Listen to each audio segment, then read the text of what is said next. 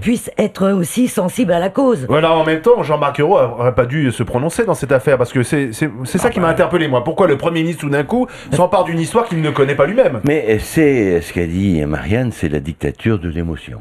Et du média, alors des médias qui relaient l'histoire. Dictature de l'émotion. D'abord, je ne voudrais pas. Ils sont pas obligés d'y les répondre, médias. les politiques non plus. Les médias ne sont pas obligés d'y répondre. Non, les politiques. Je dis les médias ne sont pas obligés d'y répondre. Les politiques non plus.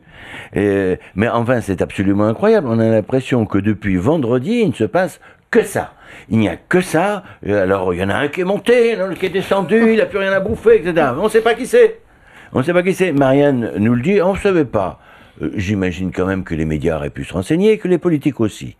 Et les politiques, naïfs, nunuches, sont là en disant « il faut que j'y aille ». Ça te rappelle quand même l'ère Sarkozy, parce que c'était... ça me rappelle... Tu vois, ça me fait un peu sourire Marianne, que tu dises ça, Bernard. Marianne, ça me rappelle toutes les ères. Oui. Depuis un certain nombre d'années, c'est pas de droite, c'est La pas de gauche. République de la compassion, comme dirait Jacques Maillot. Mais évidemment, c'est la République de l'émotion et la République de la présence médiatique. Voilà. Et puis on ne sait pas qui c'est. Ils savaient très bien, les journalistes, ils avaient voulu faire un effort.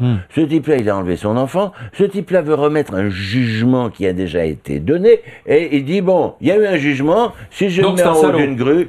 Non, je ne dis pas que c'est un salaud. Je n'en C'est pourrais pas peut-être aussi un homme désespéré, Bernard. C'est peut-être. On peut voir aussi ce geste désespéré d'un père qui n'en peut plus de ne plus voir son fils. Mais il y a beaucoup d'hommes